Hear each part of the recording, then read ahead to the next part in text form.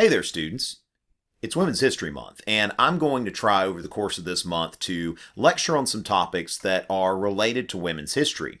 And in this tea talk, I want to look at a topic and also explain the concept of historical synthesis. A lot of AP students seem to be in the dark about what that is. We're all confused about what this means. What is historical synthesis? Well, historical synthesis is where we take a particular argument and we generalize it and we explain how this could apply to a larger historical principle, that we could create almost a theory of history. So this is where you get into a philosophy of history, if you will. And in this case, what I'm going to do is I'm going to advance an argument that in American society, sexism is a greater force than racism in American culture, American politics, what have you.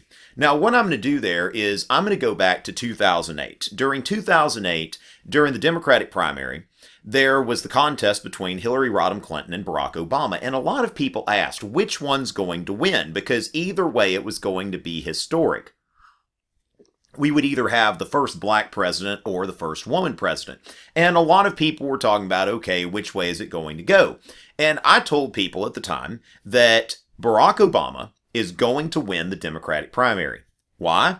Because we will have a black president before we will have a woman president, because sexism is a greater force than racism in American politics. Well, how did I come up with this? Well, as a historian, I looked back and I thought about, well, first of all, let's look at voting rights. The 15th Amendment versus the 19th Amendment. The 15th Amendment said that you cannot deny someone the right to vote in the United States based on race, color, or previous condition of servitude. Now note, sex has nothing to do with it.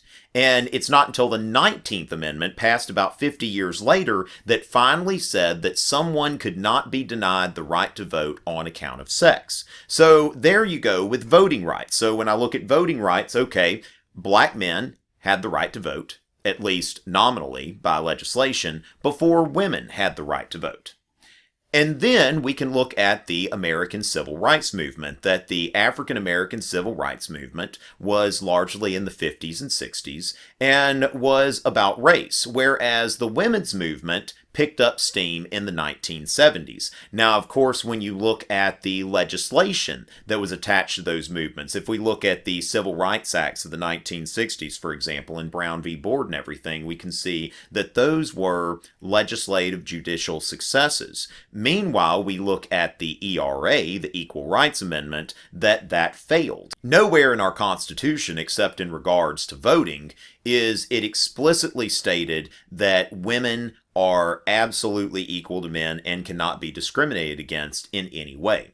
So when I looked at those things historically, I came to the conclusion that Barack Obama would defeat Hillary Rodham Clinton in the 2008 Democratic primary contest. And sure enough, that's what happened. Now, does that mean it was inevitable? No. History is much more of an art than a science. But at the same time, we can synthesize history. We can look across time periods, we can look across geography, and we can come up with general principles of history and use it in sort of a predictive sense, which this is the value of history. Shout out to my friend, Mr. Corey McCool, whose school is talking about getting rid of the teaching of history, which a lot of people don't see the value in it. I do, of course. That's coming from my point of view as a history teacher.